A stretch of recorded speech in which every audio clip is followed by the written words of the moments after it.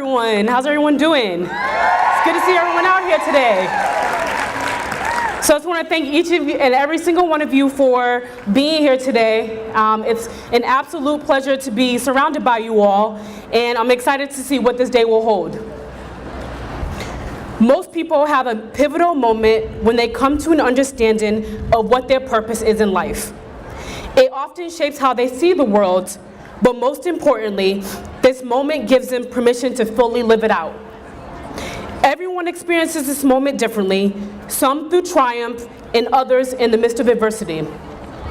My purpose became clear when I stood before the White House Domestic Policy Council and members of the United States Congress, both of which I've had now the opportunity to work for under President 44, to present them with key policy recommendations on child welfare reform that would later become draft legislation. Never did I imagine I would have an opportunity like this, because as I reflect on my past, I recognize that statistically, I should not be where I am today. I am a product of the U.S. foster care system who spent 18 years in care. I should not be a college graduate, let alone have a master's degree in public administration, because only about 3 to 5% of foster youth graduate. Instead, the statistics show I should be homeless, unemployed, incarcerated, or dead. Thankfully, my experiences in the foster care system have not defined me, but refined me into the person I am today. So as I reflect on today's event, I'm reminded that my purpose does not stop here. I want more, and I quickly realized that my purpose is not only defined by my accomplishments, but it must speak of more. On February 14, 2017, I decided to take a plunge and publicly come out as lesbian. Thank you.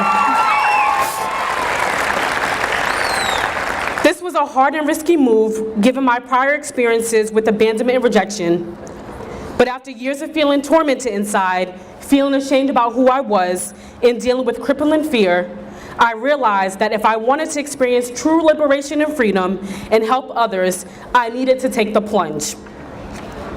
This news was a shock to few, a surprise to some, and then I heard many say, "Sis, we knew you were gay, we were just waiting for you to come out."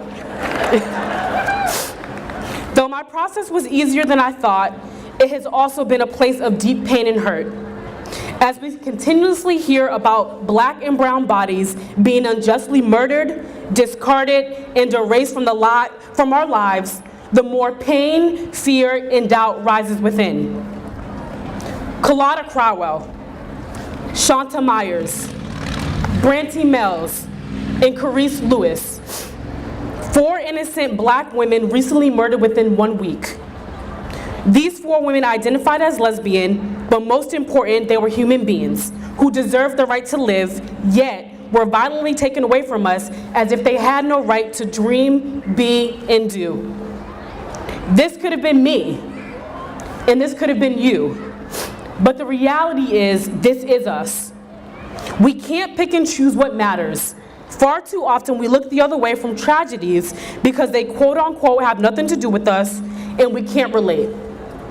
Injustice, discrimination, racism, and sexism are all relatable, and we need to speak up. This is where compassion, empathy, accountability, and morality come into play. As women and as people, we have a moral responsibility to each other. We have an obligation to protect and stand with those who the justice system, police department, and society perpetually ignore. But we must remember that we aren't saviors in this movement because each of us has the capacity to fight for ourselves.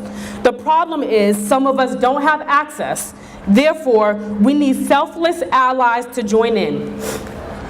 Don't just show up when it's convenient, but show up when it's inconvenient and uncomfortable.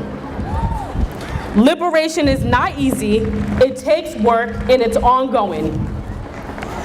This is a very important time in history, and an important time to be alive, and also a time to continue resisting. In order for us to sustain this time, we must also look within and challenge the deeper parts of ourselves. Ask questions of ourselves that will move us, shape us, and shake us. Change cannot happen if we are in comfortable places. So ask yourself, when was the last time I was uncomfortable? And not just uncomfortable in the ways of, oh, I can't fit my skinny jeans today, but uncomfortable in the ways that moved you to concrete change.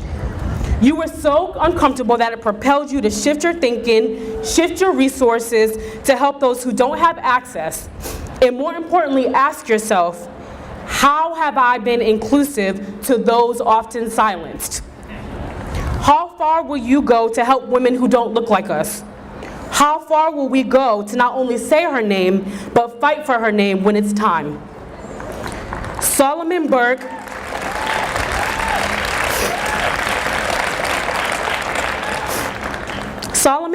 an influential soul singer, wrote this powerful statement. He said that none of us are free if one of us are chained. With that said, we have more work to do.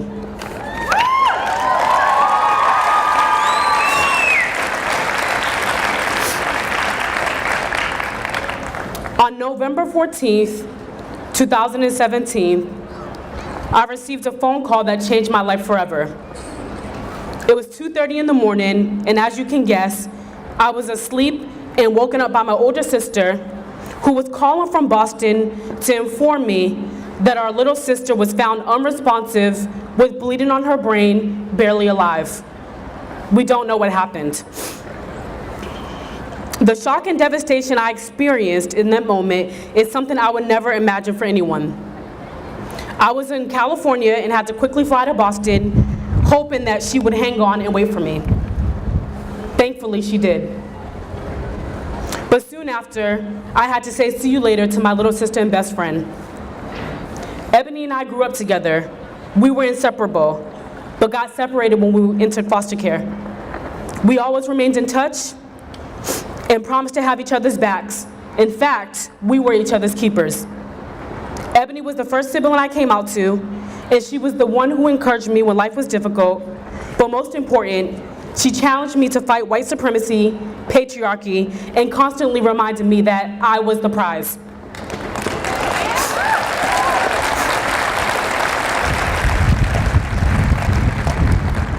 She saw the best in me when I often couldn't see it in myself. She fought for me. Ebony also struggled. She wanted a better life, but was failed by the child welfare system and society. Ebony was forgotten, yet remarkable. One thing that stood out to me about her was no matter what she was experiencing, whether it was domestic violence, homelessness, or drugs, Ebony stayed hopeful and had dreams. Sadly, there are thousands of Ebonys out there who seek liberation, freedom, and the ability to dream, but can't. They are left unheard, voiceless, and the circumstances they are facing seem unbearable. This is where we come in. We must fight for our daughters, sisters, and children. Trauma is real, and if we have the tools to help liberate someone, we should. In turn, we will help them understand their existence as well, because each of our stories are aligned and interconnected. So discovering your purpose is something that is continuous, and it's a transformative process.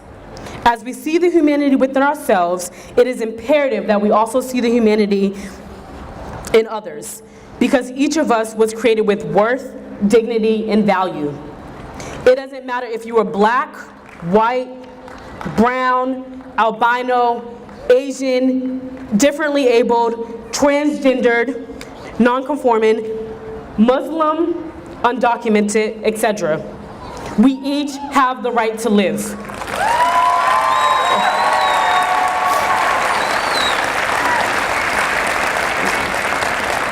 So as I close, I want to remind each of you that as you step forth on this journey to living out your purpose, remind yourself daily that you are more powerful than you know, more equipped than you were ever before, and that each of our life experiences teaches us the beauty of hope and the ability to restore liberation, love, and freedom. Lastly, our time here on earth is short. So let's aspire to inspire before we expire. We will rise. Thank you.